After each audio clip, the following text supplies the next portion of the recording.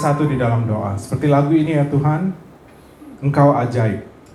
Segala rancangan-Mu luar biasa. Tuhan, Engkau heran dalam perbuatan-perbuatan-Mu. Engkau sanggup mengadakan segala yang kuperlukan. Dan dari dalam hati kami mengatakan amin. Menurut kehendak-Mu terjadilah. Tuhan, Engkau tidak pernah menjanjikan bahwa jalan hidup kami akan mulus. Tapi Tuhan berjanji, Immanuel, Tuhan beserta kami. Dan itu cukup. Oleh karena itu Tuhan menyambut minggu yang baru di bulan ini, kami tidak tahu apa yang akan terjadi. Tapi kami percaya karena Tuhan beserta kami, maka apapun yang kami lakukan, Engkau akan membuatnya berhasil. Dan firman-Mu yang akan menjadi penuntun kami. Firman-Mu yang akan menjaga kami. Firman-Mu yang akan melindungi kami. Oleh karena itu ya Tuhan, seperti rusa yang rindu akan air yang segar. Saat ini ya Tuhan, di tengah-tengah semua pergumulan kami, mungkin tubuh kami capek, mungkin pikiran kami stres, khawatir, tetapi kami percaya roh kami menyala-nyala. Pada saat firman diberitakan, tidak hanya roh kami semakin menyala, jiwa kami menjadi tenang, dan tubuh kami akan dipulihkan. Oleh karena itu ya Tuhan, bersabdalah, Roh-Mu yang kudus menjadi guru kami, memampukan hamba yang jauh daripada sempurna dalam memberitakan firman-Mu yang sempurna, memampukan kami yang mendengar, memampukan kami semua tidak hanya menjadi pendengar, pemberita yang baik, tapi biarlah Roh-Mu yang kudus memampukan kami untuk menjadi pelaku-pelaku firman. Ini hati kami, berbicaralah, rubah hidup kami, karena kami percaya keluar dari gereja ini, kami akan hidup menyenangkan hati Tuhan. Ada sukacita, ada syukur, ada damai sejahtera. Kami sambut firman-Mu di dalam nama Tuhan Yesus, Tuhan dan Juru Selamat kami yang hidup, kami sudah berdoa. Haleluya. Amin. Selamat pagi. Apa kabar umat pilihan Tuhan? Ya, sangat senang bisa kembali lagi di sini dengan wajah-wajah yang tersenyum. Pagi ini renungan saya beri judul Jangan Khawatir. Mari kita buka firman Tuhan ke Filipi 4 ayat 6 dan 7. Kita akan membacanya bersama-sama. Filipi 4 ayat 6 dan 7. Filipi 4 ayat 6 dan 7. Bila sudah dapat katakan amin. Nah, cuman mungkin dari 3.000 yang hadir baru 3 yang berbicara amin. Sekali lagi, kalau sudah dapatkan katakan amin. Mari kita baca bersama-sama 1, 2, 3. Janganlah hendaknya kamu khawatir tentang apapun juga, tetapi nyatakanlah dalam segala hal keinginanmu kepada Allah dalam doa dan permohonan dengan ucapan syukur. Damai sejahtera Allah yang melampaui segala akal akan memelihara hati dan pikiranmu dalam Kristus Yesus. Saya memberikan judul ini dengan khotbah ini dengan judul Jangan Khawatir. Saya membagi renungan ini dalam 4 bagian: definisi, ilustrasi, instruksi, dan implementasi. Yang pertama, definisi. Ayat kita mengatakan, janganlah hendaknya kamu khawatir tentang apapun juga. Nah, definisi khawatir adalah mengalami kegelisahan, resah, tidak tenang, kegugupan, khususnya tentang sesuatu yang akan terjadi dalam waktu dekat, atau sesuatu yang akan terjadi yang dampaknya membawa ketidakpastian. Sekali lagi, definisinya mengalami kegelisahan, resah, tidak tenang, kegugupan, khususnya tentang sesuatu yang akan terjadi dalam waktu dekat. Mungkin kehilangan pekerjaan, ada UTS, ada UAS, kesehatan yang terganggu, ya, pekerjaan yang tidak menentu. Semua ini akan membuat kekhawatiran, atau sesuatu akan terjadi yang dampaknya membawa ketidakpastian. Misalnya, kalau saya dipecat, bagaimana keluarga saya? Kalau saya kehilangan kesehatan, bagaimana anak-anak saya? Jadi kekhawatiran ini membuat kita menjadi tidak tenang. Kemudian yang nomor 2, yang pertama definisi, yang nomor 2 ilustrasi. Angka 7 adalah angka sempurna. Saya ingin contoh-contoh. Ilustrasi. Mulai dari sebelah kanan saya. Apa yang kau khawatirkan? Angkat tangan. Ibu. Silakan, Ibu Hetaria. Bu Fani, kira-kira apa yang kita sering cenderung khawatirkan? Kehidupan. Baik, saya akan catat kehidupan. Kemudian dari barisan dari Pak Widada. Silakan angkat tangan. Apa yang Ibu Rita sudah tersenyum-senyum. Apa yang dalam pikiranmu membuat engkau khawatir? Anak-anak, betul. Kemudian deretannya Ibu Ida, silakan. Apa yang kau khawatirkan dalam hidup ini? Masa depan. Ya. Deretannya Ibu Sandra, ada Ibu Julia, ada Resti. Silakan. Apa yang kau khawatirkan? Kesehatan. Betul. 3 lagi, mulai dari sebelah kanan saya. Silakan, Naki atau Pak Marbun. Apa yang kau khawatirkan? Kesehatan sudah, lain. Ya. Kira-kira apa lagi?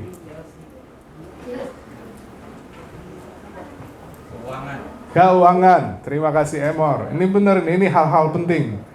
Kemudian deretannya Pak Widada, sekali lagi, apa yang kau khawatirkan? Pak Simon, ucap syukur udah sehat ya, saya lihat banyak berdoa. Apa yang Bapak khawatirkan mungkin saat ini? Atau yang kita semua sering khawatirkan? Pekerjaan, betul. Kemudian untuk anak-anak muda, yang terakhir, apa yang kau khawatirkan? Yang belum punya pasangan. Ya, pada banyak senyum-senyum. Jodoh, teman hidup, itu penting loh. Jangan sampai karena teman hidup kemudian tidak lagi melayani. Ya, teman hidup. Jadi ini contoh-contoh ilustrasi kehidupan, anak-anak, masa depan, kesehatan, keuangan, pekerjaan, dan teman hidup. Nah, kita sekarang masuk ke nomor 3, instruksi. Mari kita baca bersama-sama sekali lagi ayat kita. Filipi 4 ayat 6 dan 7 saya bacakan. 1, 2, 3. Janganlah hendaknya kamu khawatir tentang apapun juga, tetapi nyatakanlah dalam segala hal keinginanmu kepada Allah dalam doa dan permohonan dengan ucapan syukur. Damai sejahtera Allah yang melampaui segala akal akan memelihara hati dan pikiranmu dalam Kristus Yesus. Ada 4 hal dari bagian ini. Instruksi, ada pelajaran 4 pelajaran. Yang pertama larangan, yang kedua lingkup, yang ketiga lakukan, dan yang keempat lanjutkan dari 2 ayat ini. Yang pertama larangan, dikatakan janganlah hendaknya kamu khawatir. Ini kalimat perintah, bukan opsi, bukan usul. Kalau mau khawatir silakan, kalau nggak mau khawatir boleh. Tetapi ini adalah perintah, jangan khawatir.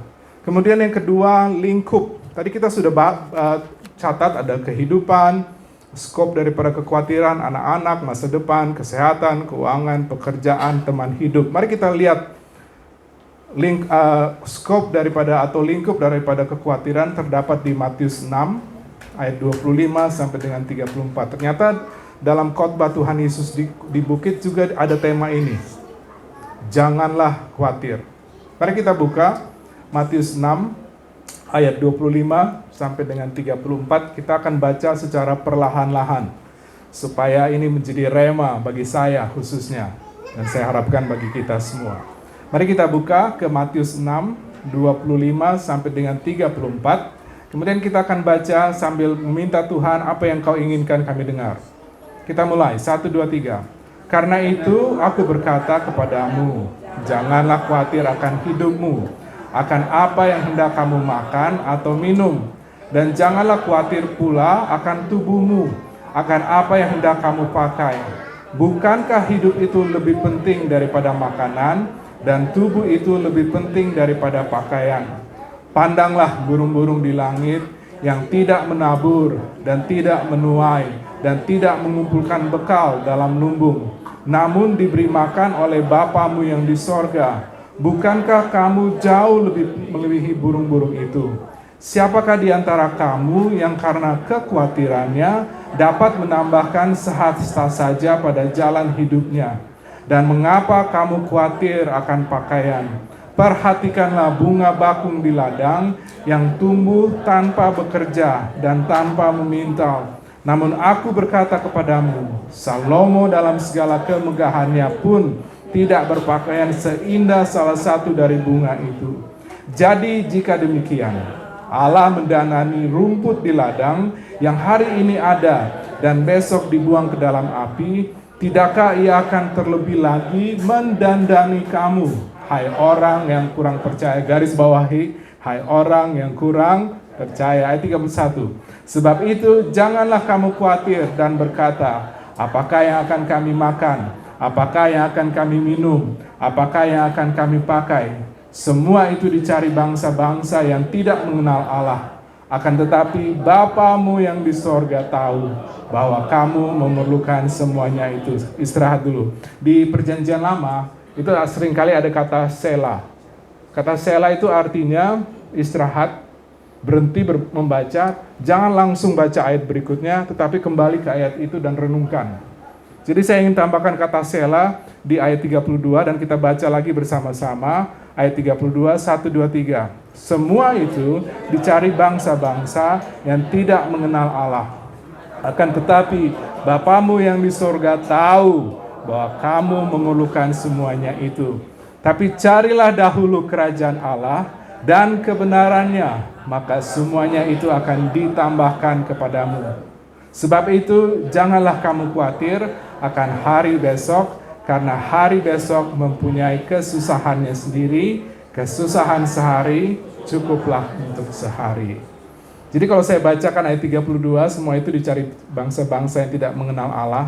Akan tetapi Bapamu yang di sorga tahu bahwa kamu memerlukan kehidupan, khawatir anak-anak, masa depan, kesehatan, keuangan, pekerjaan, dan juga teman hidup. Kemudian bagian yang ketiga dari instruksi, yang pertama adalah larangan, yang kedua lingkup, semua tadi jangan khawatir. Yang ketiga lakukan. Apa yang kita lakukan? Di ayat itu dikatakan, janganlah hendaknya kamu khawatir tentang apapun juga. Nah, ini yang harus kita lakukan.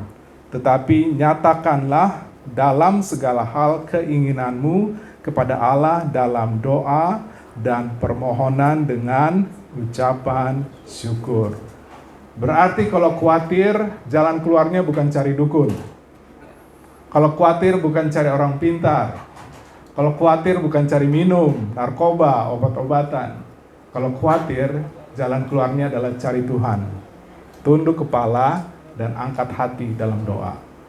Gak ada jalan lain. Khawatir, berdoa. Nah, di situ dikatakan, nyatakanlah dalam segala hal keinginanmu kepada Allah.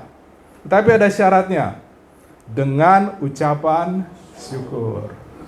Seringkali kita berdoa bersungut-sungut. Tuhan, aku kekurangan ini. Ya, bukan mengucap syukur, malah bersungut-sungut.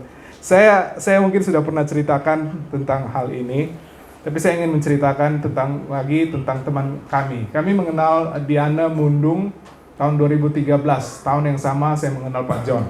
Jadi sekarang sudah hampir 10 tahun kita saling mengenal. Kemudian di 2013 itu, di Natal, di daerah Jati Bening ini juga diundang dan kami berkenalan dengan Diana. Orang Manado, cantik, baru menikah, mengharapkan keturunan, pelayanan. Kemudian setelah saya khotbah, dia berkata, Pak Pendeta, nanti bulan Maret kita melayani sama-sama ya di Cipinang. Bulan Maret datang, terus kami melayani di penjara. Dia worship leader, saya berkhotbah.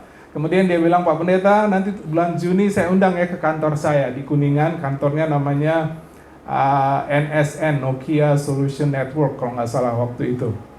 Kemudian bulan Juni datang, saya melayani di kantornya. Dan dari bulan Juni sampai Desember saya tidak dengar apa-apa tentang Diana. Bulan Desember dapat kabar Diana sudah di rumah sakit RSCM, stadium 4 kanker payudara. Pada saat kami datang, rambutnya sudah rontok, tidak bisa tidur karena paru-parunya sudah penuh dengan cairan. Jadi kalau dia tidur telungkup begini, bisa kemungkinan meninggal karena seperti orang yang tenggelam. Jadi dia dalam posisi duduk, badan sudah kurus sekali, rambut sudah rontok. Pada saat kami datang, Sandra langsung memeluk dia, dan dia mengatakan, "Tante, apalagi yang harus saya lakukan?" Kemudian Sandra mengatakan, "Doa, naikkan doa." Nah, biasanya orang yang kalau kunjungan ke rumah sakit kan orang yang mengunjungi dihibur. Tapi malam hari itu di rumah sakit RSCM, saya dari jauh justru saya yang dikuatkan. Karena dengan kondisi Diane yang seperti itu, dia berdoa dan mengucap syukur kepada Allah yang hidup. Dia mengucap syukur untuk papa mamanya, dia mengucap syukur untuk suaminya, dia mengucap syukur untuk kemungkinan punya anak, mengucap syukur untuk pekerjaan, mengucap syukur untuk pelayanan. Dan saya tidak akan pernah lupa Diana, karena 2 minggu setelah itu Tuhan memanggil dia pulang. Sampai saat ini kalau saya khotbahkan tentang syukur, saya akan selalu ingat dia.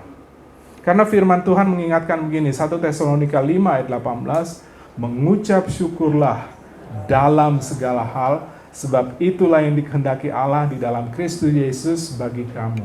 Kita tidak mengucap syukur untuk segala hal. Kita tidak mengucap syukur untuk COVID. Kita tidak mengucap syukur untuk kehilangan pekerjaan. Kita tidak mengucap syukur untuk dapat kabar bahwa saya kena kanker. Tidak. Tetapi firman Tuhan mengatakan dalam menghadapi semua itu mengucap syukur. Karena apa? Ayat ini mengatakan sebab itulah yang dikehendaki Allah dalam Kristus Yesus bagi kamu.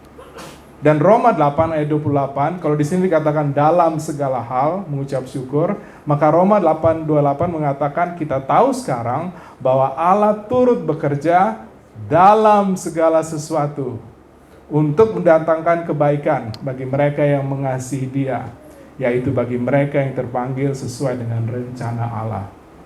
Bapak Ibu sekalian, percaya atau tidak percaya, kita semua ada dalam rencana Tuhan. Dan rencana Tuhan baik, selalu baik adanya. Yang Tuhan tuntut sekarang bagaimana hubungan kita dengan Tuhan.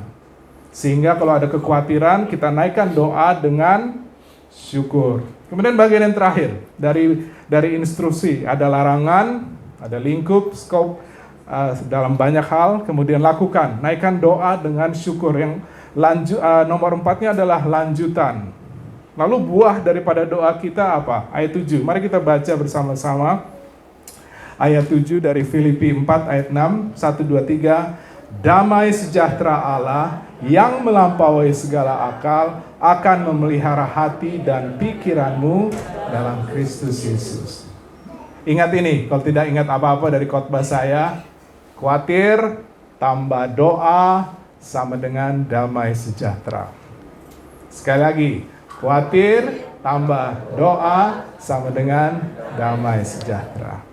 Ya, dan ada 3 hal tentang damai sejahtera ini. 3 hal yaitu Tuhan, transcendent, dan yang terakhir tameng, perlindungan. Ayat 7 mengatakan damai sejahtera Allah. Tuhan Yesus pernah mengatakan damai yang kuberikan berbeda dengan dari yang dunia berikan. Kalau dunia definisinya damai itu tidak ada konflik. Tetapi damai sejahtera Tuhan ada konflik pun. Kalau Tuhan ada damai sejahtera. Ya, kita harus doakan nih Yerusalem. Ya, lagi ada pergumulan yang luar biasa. Tapi saya percaya Tuhan akan melindungi bangsa ini. Bukan karena mereka sampai saat ini masih menolak Tuhan Yesus sebagai juru selamat. Tapi Tuhan akan melindungi bangsa Israel karena apa? Karena janji Tuhan kepada bangsa ini. Saya sangat sedih, 2 minggu sebelum Hamas menyerang Yerusalem atau menyerang Gaza, 2 minggu sebelum itu ada video di sosial media, itu di Yerusalem, seperti Pak John mungkin karena sudah pernah ke sana, ada istilahnya jalan Via Dolorosa, artinya jalan salib. Kemudian ada orang asing, orang-orang Chinese, mereka membawa salib, mereka lagi jalan di kota Yerusalem. Kemudian dari seberang sini ada orang-orang yang rambutnya panjang di sebelah kiri kanan, dari yang tua sampai yang muda.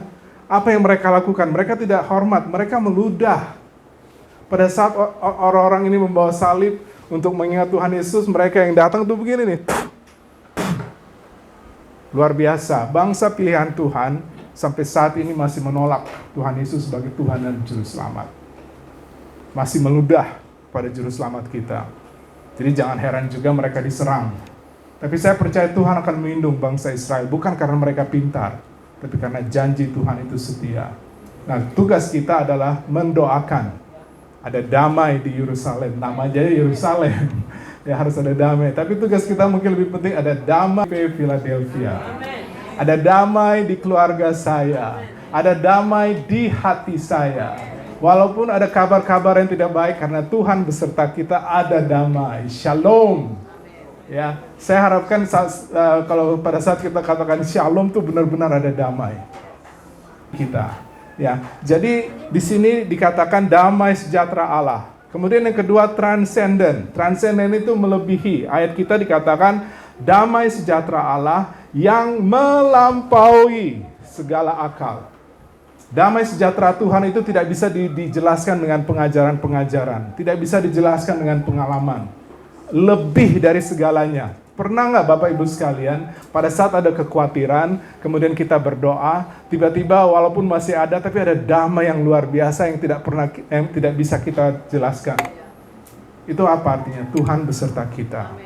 Ya, ada damai yang transcendent. Kemudian yang kalau kita lihat ayat ini, damai sejahtera Allah yang melampaui segala akal akan memelihara hati dan pikiranmu dalam Kristus Yesus. Kata memelihara itu dalam bahasa Inggrisnya atau dalam bahasa aslinya itu seperti tentara yang menjaga. Saya mau katakan, walaupun ada pergumulan, damai sejahtera Tuhan menjaga hati dan pikiran kita untuk tetap tenang. Karena ada jalan keluar. Ya. Jadi damai sejahtera Tuhan ini menjadi buah. Ingat ya, sekali lagi. Doa sama dengan, ulangi, khawatir. Nah, sekarang bagian implementasi. Apa penerapan kita? Ada 3 hal. Introspeksi, ingat, dan ikut. Yang pertama introspeksi, cek hati. Ada beberapa hal yang perlu kita cek. Saya mau tanya, bagaimana saat teduh kita? Bagaimana mesbah keluarga kita? Saya kemarin lihat di Facebook ada video-video dari tahun lalu ya. Pak John dengan Ibu Ida dalam waktu-waktu doanya. Pak John lagi rambutnya hitam banget. Ya. Kemudian itu menguatkan saya. Bagaimana dengan mesbah doa kita? Bagaimana dengan saat teduh? Saya pada saat mempersiapkan firman ini 3 hari yang lalu tidak sadar bahwa firman ini untuk saya. Kemarin pagi saya telepon 2 hari yang lalu pagi saya telepon teman saya di Amerika. Pendek cerita, dia berjanji dan janji itu tidak ditepati. Waduh, makanya hati-hati dengan janji kita, karena yang berjanji seringkali lupa, sementara yang dijanjikan akan ingat terus. Tapi pada saat mau ditagih kayaknya nggak enak banget karena ini masalah uang, ya udah saya diam aja. Tuhan yang tahu. Tapi saya sempat bersungut-sungut. Saya bilang janji, tinggal janji. Saya bilang ya, anak Tuhan nih. Tiba-tiba saat teduh kami, Sandra langsung bilang, lihat dengar nih saat teduhnya apa. Be still, artinya apa? Diamlah dan ketahuilah bahwa akulah Tuhan. Saya langsung oke, ya udah, nggak boleh bersungut-sungut, bersyukur. Dan saat ini saya bersyukur. Karena saya percaya Tuhan akan mencukupi kebutuhan kami. Ya, pelayanan kita juga Tuhan akan cukupi. Jadi ini kadang-kadang susahnya pengkhotbah. Pada saat khotbahnya itu berbicara kepada dia itu berat banget. Waduh, saya mau khotbah supaya mengucap syukur, ternyata saya 1 hari itu hampir tapi pagi ini saya datang dengan syukur. Karena saya percaya Tuhan beserta kami atau beserta kita. Ya, jadi introspeksi. Mungkin juga Tuhan akan bertanya bagaimana ibadah kita, bagaimana pelayanan kita. Mungkin ini yang paling penting, bagaimana perpuluhan kita. Ya, karena firman Tuhan mengatakan Maliaki 3 ayat 10, bawalah seluruh persembahan persepuluhan itu ke dalam rumah perbendaharaan supaya ada persediaan makanan di rumahku. Dan ini cuman 2 kali di Alkitab Tuhan katakan ujilah aku. Dan salah satu di Maliaki dikatakan ujilah aku, firman Tuhan semesta alam, apakah aku tidak membukakan bagimu tingkap-tingkap langit dan mencurahkan berkat kepadamu sampai berkelimpahan. Ya. Kemudian juga yang kedua, bagaimana dengan kehidupan doa kita? Mungkin kita sudah ada kekhawatiran, kita sudah berdoa, tapi tidak dijawab. Ada 3 kemungkinan. Yang pertama, Yakobus 4 ayat 3. Atau kamu berdoa juga, tetapi kamu tidak menerima apa-apa, karena kamu salah berdoa. Sebab yang kamu minta itu hendak kamu habiskan untuk memuaskan hawa nafsumu. Saya mau ingatkan, pada saat kita berdoa, kita bukan minta pada Tuhan, Tuhan jadilah kehendak-Mu untuk hidupku, atau kebalikan, Tuhan jadilah nyatakanlah kehendak-Mu untuk sesuai dengan kehendak-Ku. Bukan itu. Pada saat kita berdoa, kita cari kehendak Tuhan. Makanya kalimatnya adalah carilah dahulu kerajaan Allah. Jadi jangan salah berdoa. Berdoanya biar juga 1 jam berdoa, tapi kalau salah Tuhan tidak dengar. Dan yang kedua, ini untuk suami-suami. Mungkin doa-doa kita tidak dijawab karena sikap kita kepada istri-istri. Maka istri-istri pun mengatakan amin. Ya, semua pada nih dengarin nih suami-suami.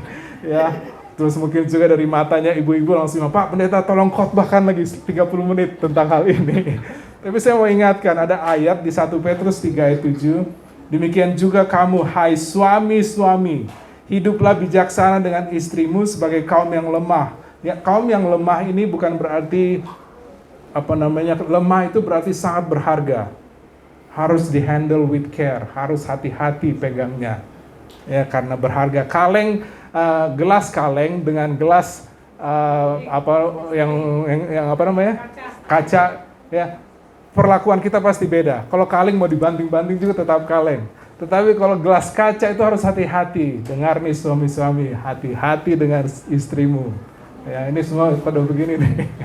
Ya, jadi di situ dikatakan hormatilah mereka istri-istri sebagai teman pewaris dan kasih karunia, yaitu kehidupan supaya doamu jangan terhalang.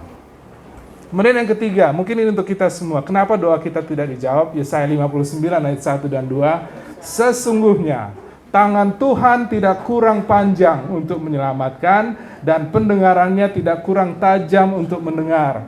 Tetapi yang merupakan pemisah antara kamu dan Allahmu ialah segala kejahatanmu, dan yang membuat dia menyembunyikan diri terhadap kamu, dengarkan. Sehingga ia tidak mendengar ialah segala dosamu. Makanya penting sebelum berdoa, cek hati. Akui dosa-dosamu. Supaya doa kita didengar. Kemudian yang ketiga, ora et labora. Artinya apa? Berdoa dan bekerja. Jangan pikir karena Tuhan adalah gembalaku, maka aku tidak akan kekurangan. Kalau kita lapar, Tuhan langsung kasih makanan dari atas nih, makan. Burung aja yang Tuhan kasih makan setiap hari, itu harus apa? Mengais. Cari apa? Cari cacing. Jadi kalau kekhawatiran kita tentang pekerjaan, lakukan bagian kita. Yaitu apa? Bekerja, berusaha. Ya. Kemudian juga kalau kesehatan, hati-hati dengan apa yang kita makan. Saya udah belajar nih sekarang. Tahun lalu saya berkhotbah dengan satu mata. Ya, karena stroke tinggi banget, sekarang sudah terkontrol, mengucap syukur.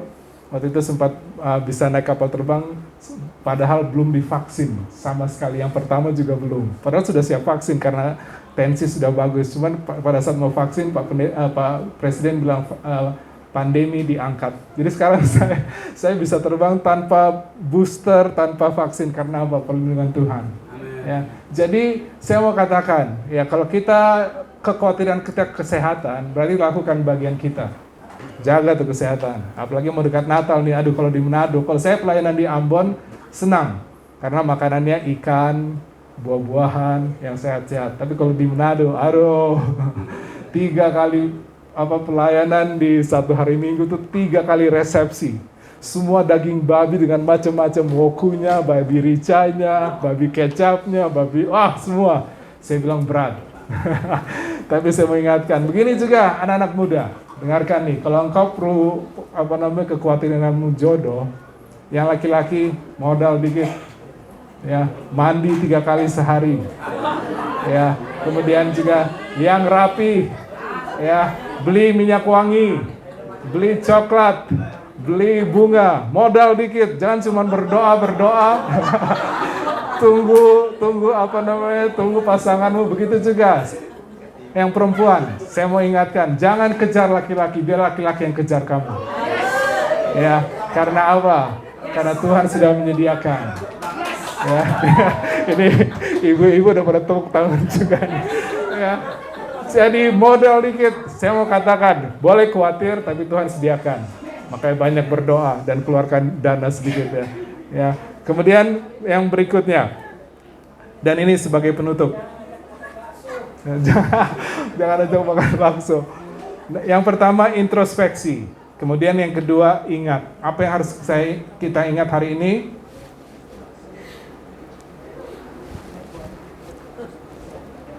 Khawatir. Sekali lagi. Nah, ingat itu aja. Kalau nggak ingat khotbah saya, ingat ini. Khawatir, tambah doa, sama dengan damai sejahtera. Pemain musik, tolong ke depan. Siapa nih? Tolong ke depan. Kemudian yang terakhir, sebagai kekuatan untuk kita semua. Kalau sudah ada damai sejahtera, ikut Tuhan Yesus. Walaupun dunia ini penuh dengan pergumulan. Saya percaya, kalau kita keluar besok, keluar dari gereja ini ada damai sejahtera Tuhan, itu banyak orang yang akan diberkati. Karena di luar sana banyak orang yang stres. Mereka akan tanya, kok Buning dalam menghadapi pergumulan ini kok tenang aja? Karena saya punya Tuhan Yesus. Jadi ada kesempatan untuk bersaksi. Tolong kunci D. Jadi hari ini khotbah saya adalah jangan khawatir. Dan kalau tidak ingat apa-apa, khawatir tambah doa sama dengan damai sejahtera. Mari kita tunduk kepala.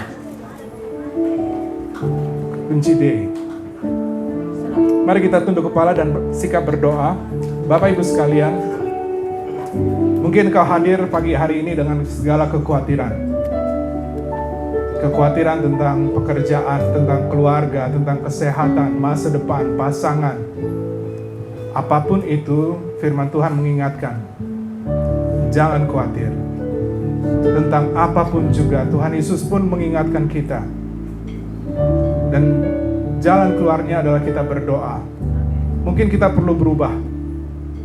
Mengaku dosa-dosa kita dulu sebelum doa kita dijawab.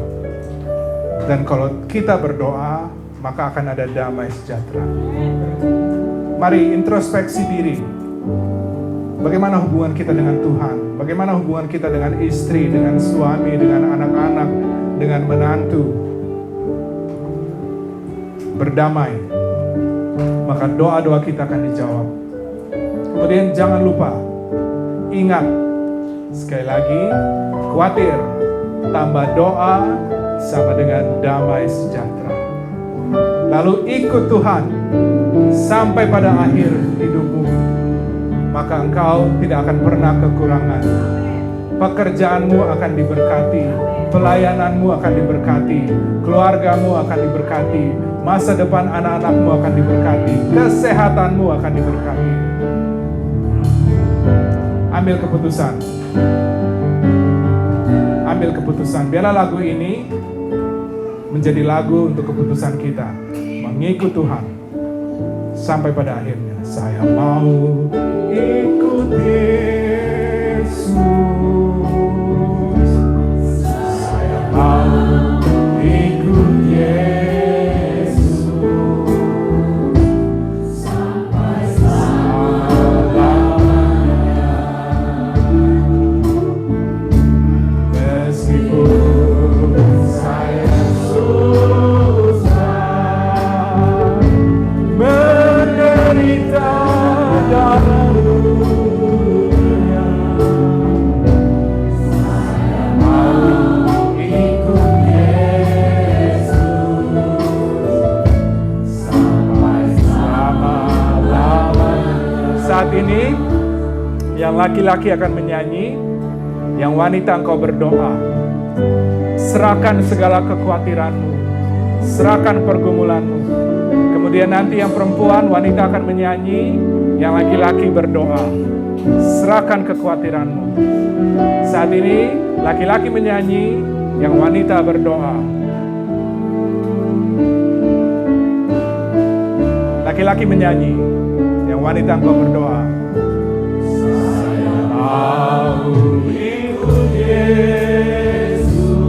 Wanita berdoa. Saya mau ikut Yesus. Berdoa.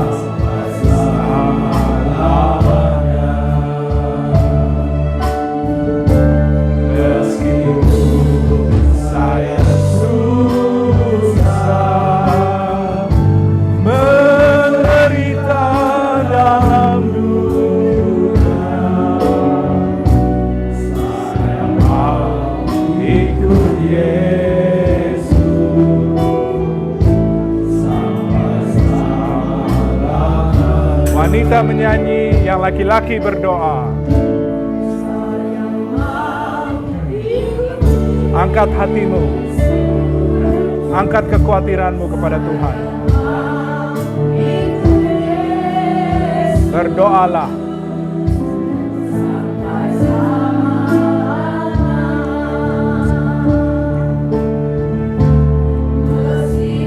Angkat hatimu. Serahkan segala kekhawatiran, pekerjaan, pelayanan, keluarga. Engkau adalah kepala keluarga. Engkau adalah raja, imam, dan nabi. Tuhan akan cukupkan.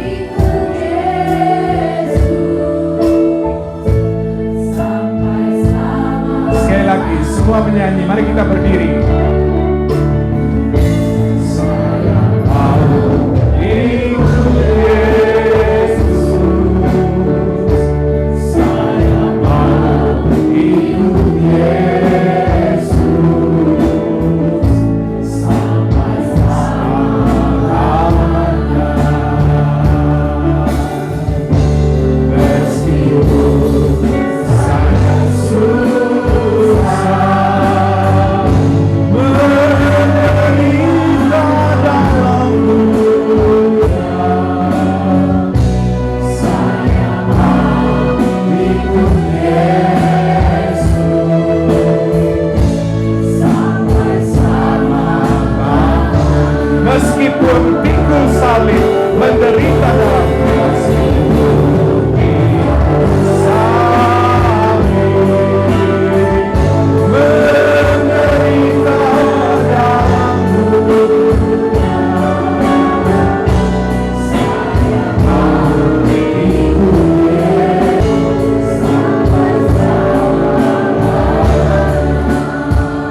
berdoa. Bapa di dalam surga, kami hadir mungkin hari ini dengan segala kekhawatiran. Tapi Tuhan, Engkau lebih besar daripada kekhawatiran kami. Terima kasih Bapa, Paulus di dalam penjara tentang kekhawatiran menguatkan kami di saat ini. Apapun kekhawatiran kami, kekhawatiran keluarga, kekhawatiran pelayanan, kekhawatiran pekerjaan, kesehatan, masa depan, keuangan anak-anak, pasangan hidup, Tuhan tahu bahwa kami membutuhkannya. Yang Tuhan tuntut adalah kami percaya.